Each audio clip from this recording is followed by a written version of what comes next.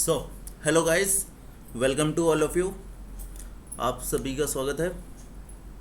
जैसा कि हम लोग सर्वे सेकंड में अपनी नई यूनिट थियोडोलाइट पढ़ने जा रहे हैं। चलिए सबसे पहले देखते हैं कि थियोडोलाइट होता क्या है।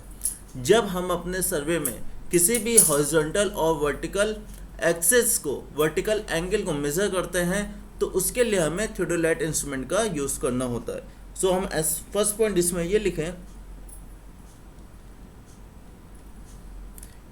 A theodolite. A theodolite is an instrument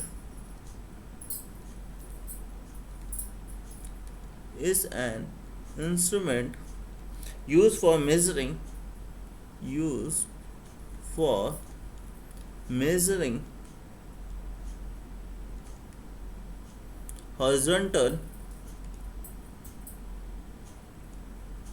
and vertical angle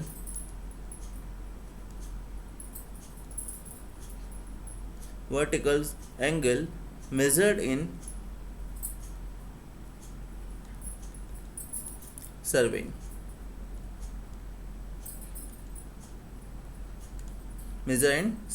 okay, ये होता है थियोडोलाइट इंस्ट्रूमेंट। अब थियोडोलाइट इंस्ट्रूमेंट का हम यूज़ करते हैं जब हमें सर्वे में कई बार हमें इसके ऑपरेशन का यूज़ करना होता है, तो इसके लिए हम लोग थियोडोलाइट इंस्ट्रूमेंट यूज़ करते हैं।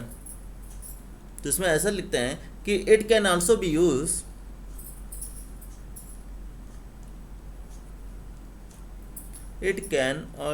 Use of a number of surveying such as, हमें जब प्रोलॉन्गिंग है लाइन की जब प्रोलॉन्गिंग करते हैं तब हमें थियोडोलाइट का यूज़ होता है। तो such as prolonging a line and measure distance a line indirectly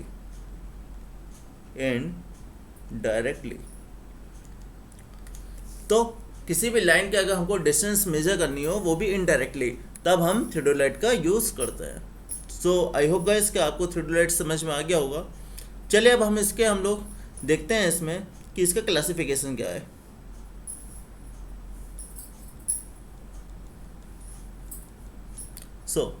heading डालते हैं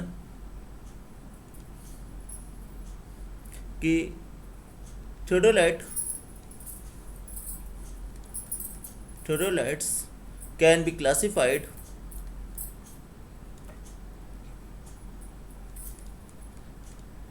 classified into transit and non-transit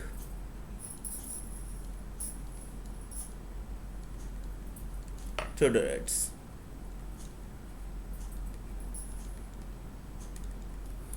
first heading डालते हैं इसमें transit theodolites.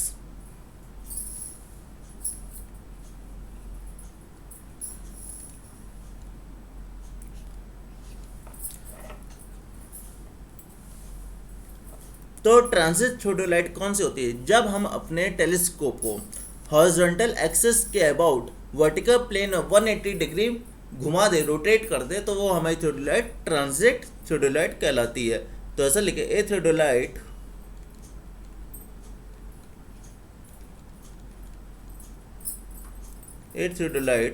is said to be transit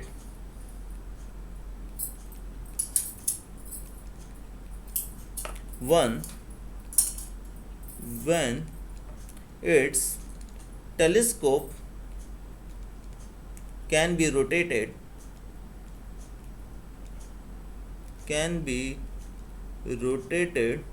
through 180 degree vertical plane. Its it's about horizontal axis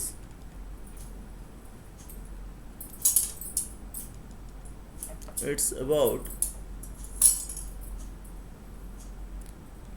horizontal axis is called transit theodolite. ठीक है, तो मैंने क्या कहा कि जब हॉरिजॉन्टल एक्सिस के अबाउट वर्टिकल प्लेन में हम टेलीस्कोप को 180 डिग्री रोटेट कर देते हैं तो वो हमारा कहलाता है ट्रांजिट थियोडोलाइट. ठीक है, चलिए नेक्स्ट देखते हैं अपना नॉन ट्रांजिट. सेकंड हेडिंग है नॉन ट्रांजिट थियोडोलाइट.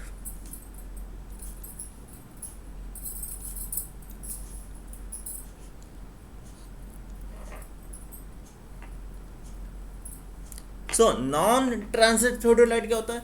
जब हम अपने टेलीस्कोप को 180 डिग्री पे वर्टिकल प्लेन के अबाउट रोटेट नहीं कर सकते हैं हॉरिजॉन्टल एक्सिस के अबाउट, तो वो हमारा कहलाता है non transit theodolite.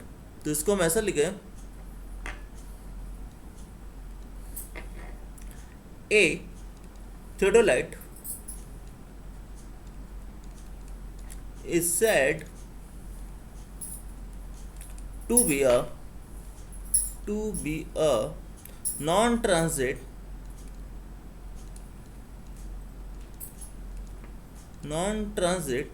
theodolite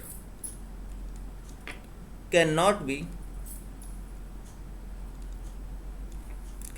be rotated through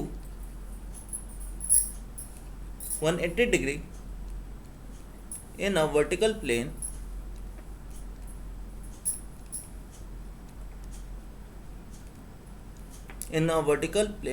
it's about horizontal axis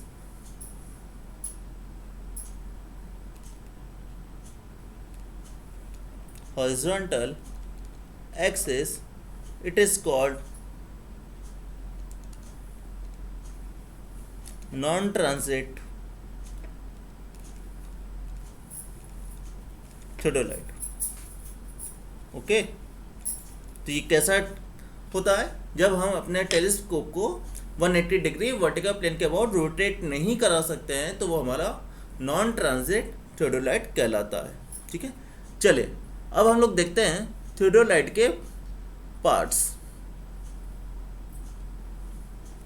सो इस फिगर में देखिए, हमारे इस फिगर में ये हमारा थियोडोलाइट है, ये पूरा हमारा थियोडोलाइट है. ओरिजिनल में थियोडोलाइट कैसा दिखता है इसको भी मैं आप लोगों को वीडियो में दिखा दूंगा. ठीक है, तो चलिए सबसे पहले हम लोग देखते हैं इसके पार्ट्स को.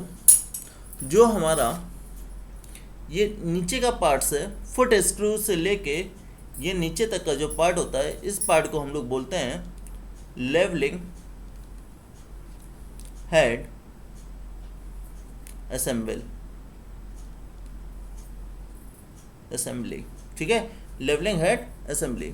अब हमारा जो बीच का पार्ट होता है अपर प्लेट से लेके लोअर प्लेट तक, इस पार्ट को हम लोग बोलते हैं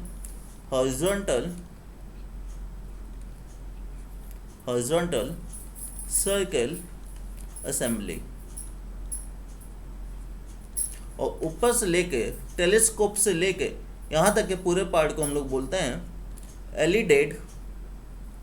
एलिडेड असेंबली. ठीक है, तो इन 3 पार्ट में हमारा पूरा थियोडोलाइट विभाजित होता है. ठीक है, चलिए आप लोग इसके सारे पार्ट्स को, इसमें सारे नंबर दे रखे हैं तो उस नंबर के नाम यहाँ पे सारे हमें दे रखे हैं, तो आप इसको देख लीजिएगा. ठीक है, ये देखिए सारे नाम हमको दे रखे हैं, इसको आप लोग पढ़ लीजिएगा. चलिए हम लोग देखते हैं जिसमें इंपॉर्टेंट पार्ट्स हैं. एक देखिए ट्राइवेट, एक तो उसमें होता है ट्राइवेट, एक इसका पार्ट है ट्राइब्रैच, और एक इसमें पार्ट होता है फुट स्क्रू. ठीक है, फुट स्क्रू। ये 3 पार्ट है हमारे लेवलिंग हेड असेंबली में। चलिए देखते हैं, आइए। अब देखिए, सबसे पहला है ट्राइवेट, ये वाला 19 नंबर, ठीक है। देखिए 19 नंबर हमें ये दे रखा है, तो इस पार्ट को हम लोग ट्राइवेट बोलते हैं, ठीक है। ये हमारा ट्राइवेट होता है, ठीक है। अब आता है ट्राइवेज, क्योंकि हम लोग नीचे से स्टार्ट कर रहे हैं लेवलिंग हेड असेंबली से, ठीक है। तो ट्राइवेज 16 नंबर, ये देखिए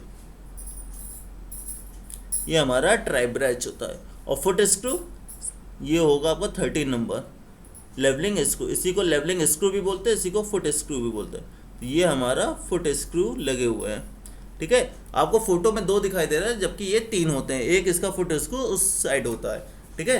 तो चलिए इसमें देखते हैं। जो ट्राइवेट होता है, ट्राइवेट ये हमारा लोअर ट्रायंगुलर प्लेट में होता है, लोअर ट्रायंगुलर प्लेट में लगा होता है, ठीक है। जो हमारा ट्राइब्रेच होता है ये हमारा अपर ट्रायंगुलर प्लेट में लगा होता है, ठीक है। अब आते हैं फुट स्क्रू पे। जैसा कि हम लोग ने लेवलिंग में जब ऑटो लेवल या डंपी लेवल पढ़ा था, तो उसमें भी हम लोग ने फुट स्क्रू को देखा था। तो होता क्या है, ये हमारे फुट स्क्रू इस प्रकार लगे होते हैं, ठीक है। इस प्रकार फुट स्क्रू लगे होते हैं। अब क्या करते हैं, जो इसका बबल ट्यूब होता है, बबल ट्यूब को किसी भी 2 फुट स्क्रू के पैरेलल में लेके आते हैं। मान लेते हैं कि इन दोनों के पैरेलल में ला के हम लोग ने फुट स्क्रू रखा, ठीक है। अब इस फुट स्क्रू को अंदर की तरफ, मतलब ऐसे अंदर की तरफ रोटेट करेंगे, अंदर की रोटेट करेंगे, मतलब ये एक ऐसे स्क्रू होगा, एक स्क्रू को इस तरह रोटेट करेंगे अंदर की तरफ, ठीक है। अंदर की तरफ करने पे क्या होता है, जो हमारा बबल होता है वो बबल हमारा राइट साइड में, ये हमारा राइट साइड में भागता है, राइट साइड की तरफ जाता है। अगर इसी फुट स्क्रू को हम लोग बाहर की तरफ रोटेट करें, ऐसे मतलब कि बाहर की तरफ रोटेट करने पर क्या होगा, बाहर की तरफ रोटेट करने पर जो हमारा बबल होता है वो लेफ्ट साइड की तरफ जाता, मूव करता है, लेफ्ट साइड की तरफ मूव करता है। तो ये हमें जिस तरफ भी हमें बबल को करना होगा, वो बबल को हमको सेंटर में लाना होता है, ठीक है ना। मेन हमारा जो मकसद है, मेन जो हमारा एम है, वो है बबल को सेंटर में लाना। तो अब जिधर भी हमको बबल करना होगा, लेफ्ट की तरफ करेंगे तो बाहर की तरफ फुट स्क्रू को रोटेट करते हैं। अगर अंदर की तरफ बबल को लाते हैं राइट साइड की तरफ, तो हम स्क्रू को अंदर की तरफ रोटेट करते हैं, ठीक है। इस तरह करने पर जब हम बबल सेंटर पर ले आते हैं, तब क्या करते हैं, इस बबल ट्यूब को हम इन दोनों स्क्रू के पैरेलल में लेकर आते हैं, ठीक है। अब वही चीज़ करते हैं इधर भी, बबल को हमको फिर से सेंटर पर लाना है, तो उसके लिए क्या करते हैं, इस वाले स्क्रू को अंदर की तरफ रोटेट करिए या फिर बाहर की तरफ रोटेट करिए। जैसा भी हमको बबल को लेफ्ट की तरफ या राइट की तरफ लेकर जाना होता है, उसी तरफ हम रोटेट करते हैं अपने फुट स्क्रू को। इसको भी हमने पिछले, जब लास्ट टाइम हम लोग ने डंपी लेवल डिस्कस किया था, तो हमने फुट स्क्रू को रोटेट करना सीख लिया था। सो आई होप गाइस कि आपको ये चीज़ पता होगी। तो इस प्रकार हम करके अपने थियोडोलाइट को हम लोग लेवलिंग पोजीशन में लेके आते हैं, ठीक है। तो अब चलते हैं आगे।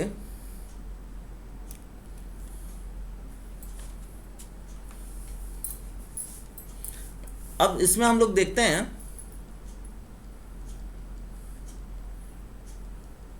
हॉरिजॉन्टल सर्कल असेंबली में। ये देखिए 7 जो नंबर है, ये जो 7 नंबर है ये है हमारा अपर प्लेट, ठीक है। और जो 8 नंबर है ये है हमारा लोअर प्लेट, ठीक है। तो ये रही अपर प्लेट, ये रही लोअर प्लेट। अपर प्लेट और लोअर प्लेट में हमारे क्लैंप स्क्रू भी लगे होते हैं। तो चलिए अब इसको देख लेते हैं, हॉरिजॉन्टल सर्कल असेंबली को।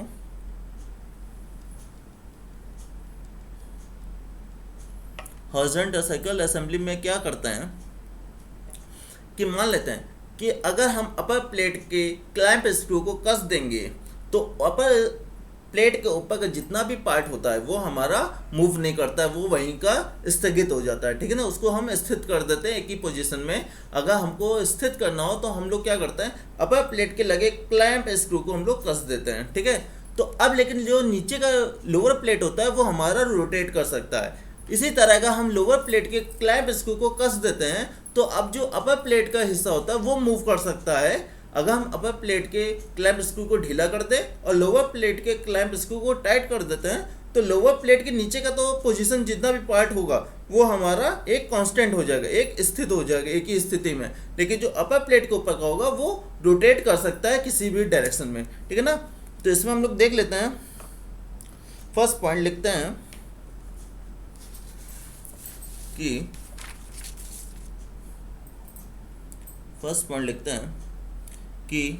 बोथ अपर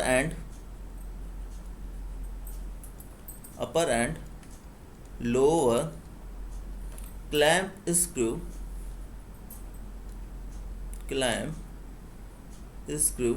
क्लैम्प्ड। अगर हम अपर प्लेट और लोअर प्लेट के दोनों ही क्लैंप स्क्रू को क्लैम्प कर दें, मीन्स कस दें, तो क्या होगा, दोनों ही को कसने की कंडीशन में क्या होता है कि हमारा जो थियोडोलाइट होता है वो अब मूव करना बंद कर देता है, ठीक है ना। तो उसमें हम ऐसे लिखे कि no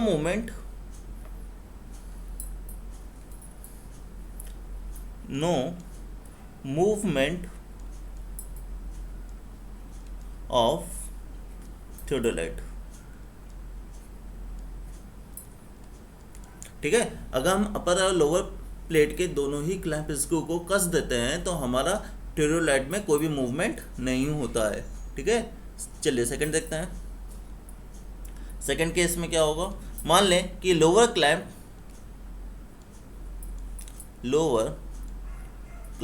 screw tight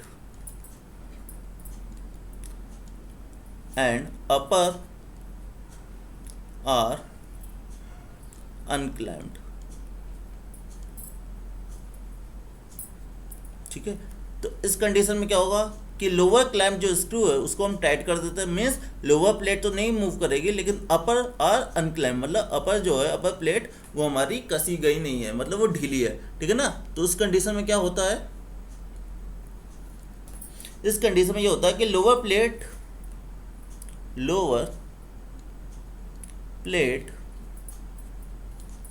does not move but upper plate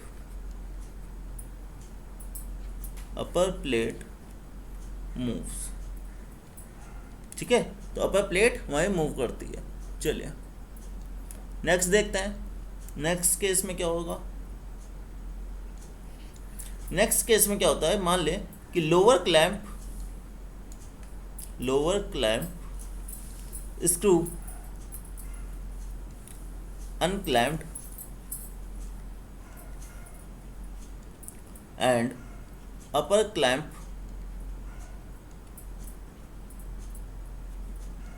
screw tight,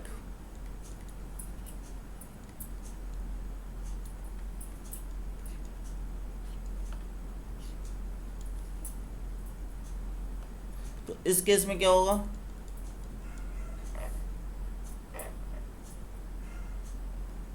इस केस में हम लोग मानते हैं कि दोनों ही, जैसे कि बोथ अपर, एक सेकंड कहाँ गया,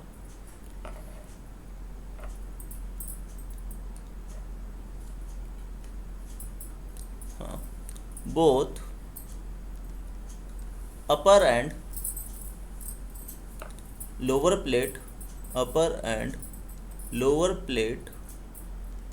moves together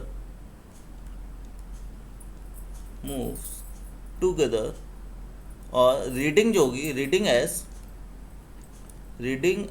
मेजर्ड बाय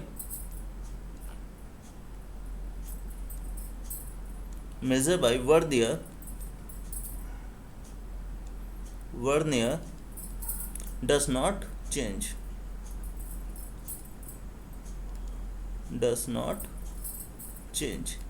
तो देखिए इसको समझिए, मान लेते हैं कि लोअर क्लैंप जो है ये रही, ठीक है ना, लोअर प्लेट ये है और अपर प्लेट ये है, ठीक है। ये अपर प्लेट हो गई और ये लोअर प्लेट हो गई।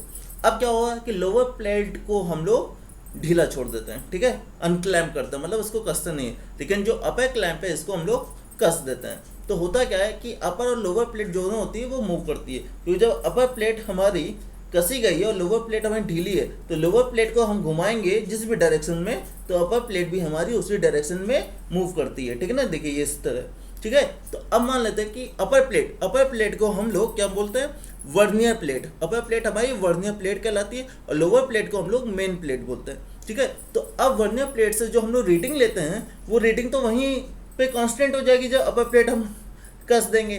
तो क्या होगा उस कंडीशन में कि जो भी रीडिंग होगी वो रीडिंग हमने जो ली, जो एंगल हमने मेजर किया है, अगर हम लोअर प्लेट को इस डायरेक्शन मूव करेंगे तो वही एंगल वो इस डायरेक्शन में भी मूव कर जाएगा, ठीक है ना।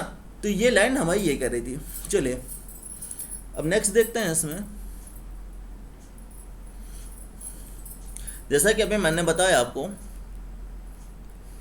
जो लोअर प्लेट होती है, लोअर प्लेट, इसी को हम लोग क्या बोलते हैं, इसी को हम लोग बोलते हैं मेन प्लेट, ठीक है।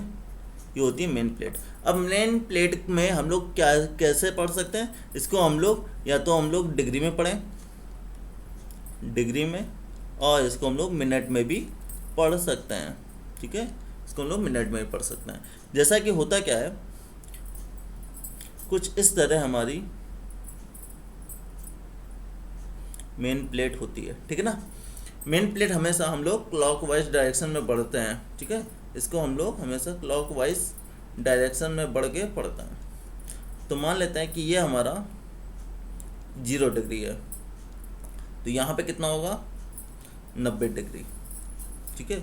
यहाँ पे कितना होगा 180 डिग्री, यहाँ पे कितना होगा 270 डिग्री, और यहाँ पे वापस 360 डिग्री होगा, ठीक है ना। अब होता क्या है इसमें कि मान लेते हैं कि हम लोग कैसे इसका लिस्ट हम लोग लिस्ट काउंट देखते हैं। सबसे पहले तो लिस्ट काउंट देख लेते हैं कि लिस्ट काउंट मेन प्लेट का कितना होता है। जो लिस्ट काउंट होता है मेन प्लेट का वो कितना होता है 20 मिनट, ठीक है। तो 20 मिनट का इसका लिस्ट काउंट होता है। अब चलिए लिस्ट काउंट होता है क्या, लिस्ट काउंट वो वैल्यू होती है जो सबसे कम वैल्यू हम इस थियोडोलाइट में पढ़ सकते हैं, ठीक है ना। तो इसको इस प्रकार देखते हैं कि मान लीजिए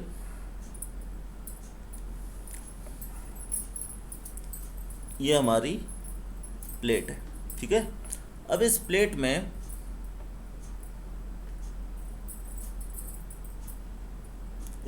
मान लीजिए ये है हमारा 10 डिग्री, ठीक है। यहाँ पे कहीं है 15 डिग्री, और ये प्लेट कुछ ऐसे गई और यहाँ पे है 20 डिग्री, ठीक है। अब इसके बीच में ये जो लाइन होगी ये कौन सी होगी, 11 डिग्री, 12 डिग्री, 13 डिग्री और ये 14 डिग्री। चलिए लिख लेते हैं 14 डिग्री, 13 डिग्री, 12 डिग्री और ये 11 डिग्री, ठीक है।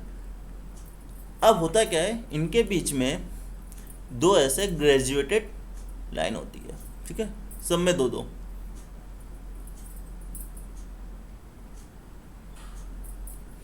अब इनके बीच की जो डिस्टेंस होती है ना, इसके बीच की जो डिस्टेंस होती है ये होती है 20 मिनट की, ठीक है ना।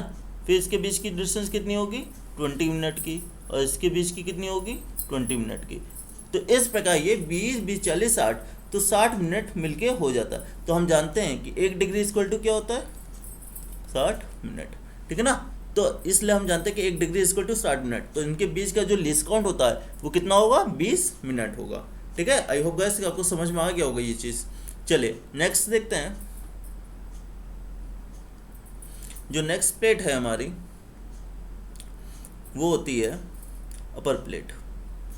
सेकंड प्लेट है अपर प्लेट। अपर प्लेट को हम लोग वर्नियर प्लेट भी कहते हैं, वर्नियर प्लेट भी बोलते हैं, ठीक है ना। तो इसको हम लोग कैसे इसकी रेटिंग कर सकते हैं, इसको हम लोग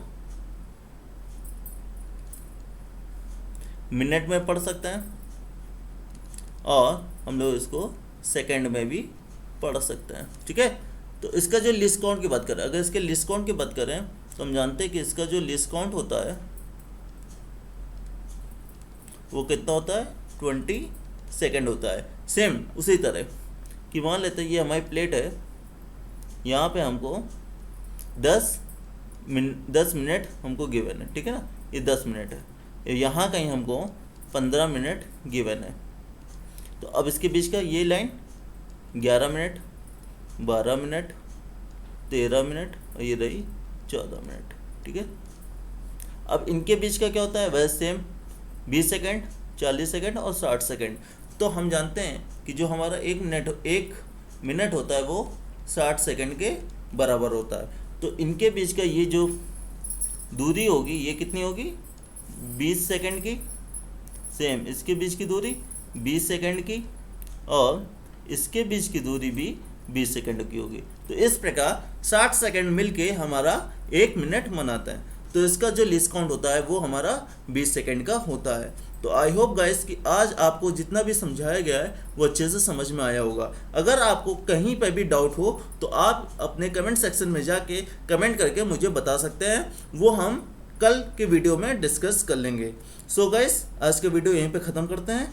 जय हिंद, जय भारत।